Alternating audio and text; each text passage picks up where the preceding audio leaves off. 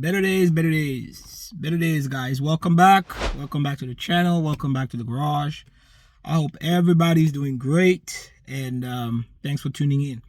Today I'll be talking about the 5 things that I do not unfortunately like about this video. So buckle up, guys, let's go. Alright, the very first thing I'm gonna mention here has to do with this whole thing. Okay, so getting this whole thing here from something like this to something like this right here is not the easiest process. So the first thing that I don't like about this is the install process. Now I have put a video together on how I did the install. Hopefully it helps and it makes it easier, but right off the bat the seller, you know, doesn't give you install procedure, and they assume that you can get that done in the shop, which you should because it's aftermarket, but the install process can definitely be better. Now hopefully by the time I shoot this video, you know, they've fixed some of the things that we talked about when it comes to the plug and play aspect of the radio, but if not, that's the number one thing. Is installing this radio is not the easiest if you're doing it yourself, or even if you're doing it in the shop. It's not the easiest. Number 2 is the screen. Okay, and by that I mean that is one of the craziest thing that you will get to experience, right? Because you have so much real estate when it comes to screen, but it's a fingerprint magnet. So yes, it comes from fingers, and fingers have oil or grease or sweat, but the fingerprint, you know, on this thing can drive an OCD person nuts. Fingerprints. The third thing is gonna be the quality of the material, and here I'm gonna get very technical, just in the sense of, you know, a Range Rover owner, meaning you're looking, or you have a certain taste when it comes to, you know, good things, and not necessarily the price, but good things, right? So up here, that's why, you know, you have leather everywhere, you know, stitched up on the car, on the pillar over there, on the roof up here, perforated. I mean, like, we're probably riding with a whole herd of car here, right? So quality of the material on the vehicle itself is just amazing. On here, you pretty much get what you pay for. And again, the price would change from one retailer to another, but here you can clearly see the difference between the leather right here and your leather here. There's a big difference there.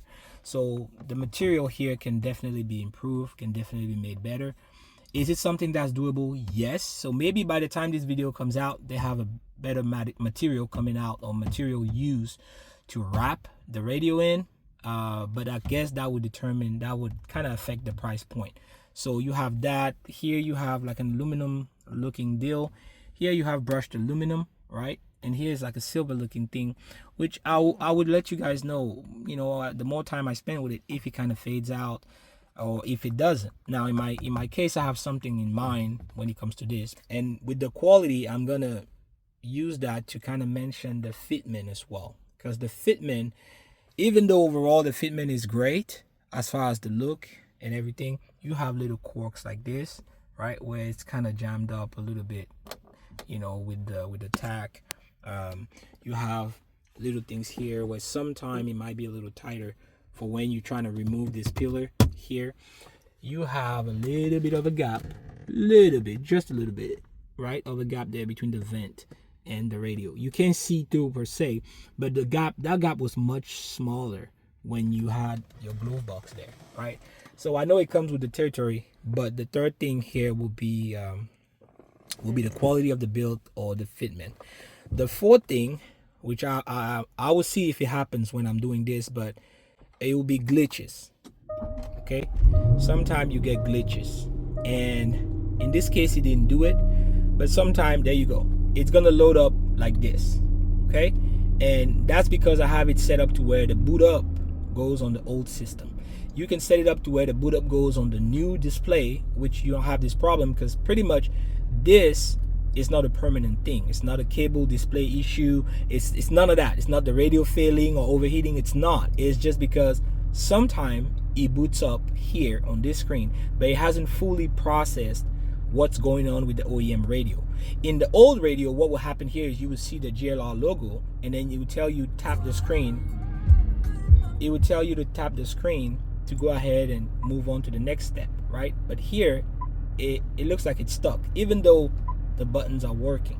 Okay, so the way to fix that is you slide down, you go on your main menu. This is what you can boot up in, and if you go back there, it's gonna give you that, so you'll be fine, right?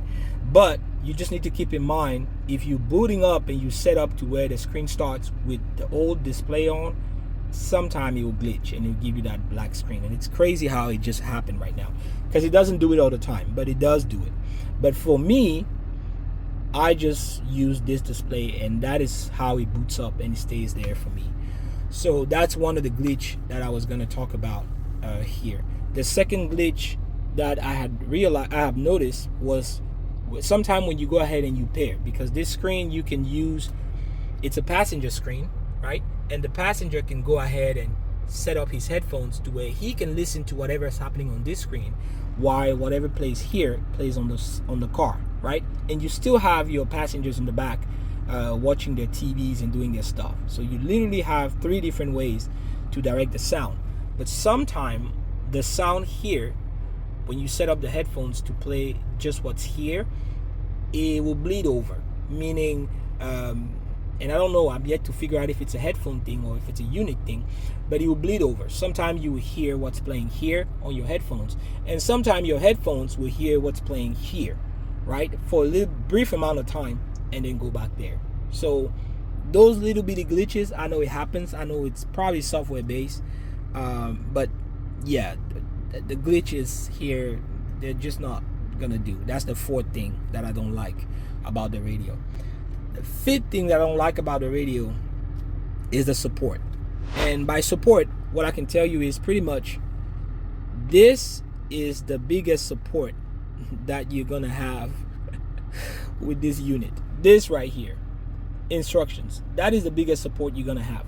Yes, it's great because you have it on board. You can always go and you can read it on the go, and you can fix the unit and but if the unit has a problem and it doesn't turn on, where am I supposed to get the manual, right? If I can't boot up the unit, where am I supposed to get it, right? So having it here is great, but we should still get a paper copy, or we should have a link where you can download it or have access to it, right? And on top of that, even if you have access to it and everything, you still need support. You need support because this bootloader, right, that manages this sequence, it's an aftermarket bootloader, right? You can change the bootloader if you want, but sometimes it won't work. Sometimes you may have glitches. Sometimes you may want to change a feature. Sometimes you may just want to come in here and figure out how to customize, your system and update the canvas, and you want to do all those things. Who are you going to call, right? Your seller can try to help you as much as they can, but a lot of time when you buy the unit, you have 90 days, right, to ask for a refund or whatnot. And sometimes they'll claim they have warranty, but the support is just not there. And again, it's Android based, so yes, you can find whatever information you want to look for based on the version of the Android system online. But it would be great if you could have more support, right? If you could have more updates that will guide you on how to transition from the old system that you still have in here to the new system, and how to make it more efficient, right? So the support is the one thing that I had to mention as well. What I would say is, if you have thoughts about those 5 things and you identify yourself in there, go ahead and watch the other video I made about the 5 reasons why I would love for you to have, guys. So that was pretty much the video on the 5 things that I came across that I think may be a turn off when it comes down to buying this unit. And I will understand if anybody identifies in that and kind of is on the fence and decide not to jump. But before you guys do so, I want you to go ahead and also watch the other video that I made about the 5 things that I love about this system. I think it will give you another perspective also of what you can be, looking forward to and you can have a better, make a better decision as to what you want to do. If you identify yourself in the 5 things that I've mentioned in the video, go ahead and watch the other video at least, and you should be able to have a better idea.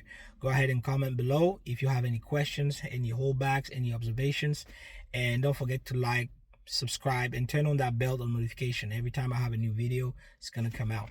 None of this is paid advertisement, so I'm just trying to be as fair and as honest and straight as could be. So I hope you enjoyed the video. Take care of yourself, enjoy your ride, take care of your ride, take care of your mental health. Everybody be blessed. Cheers.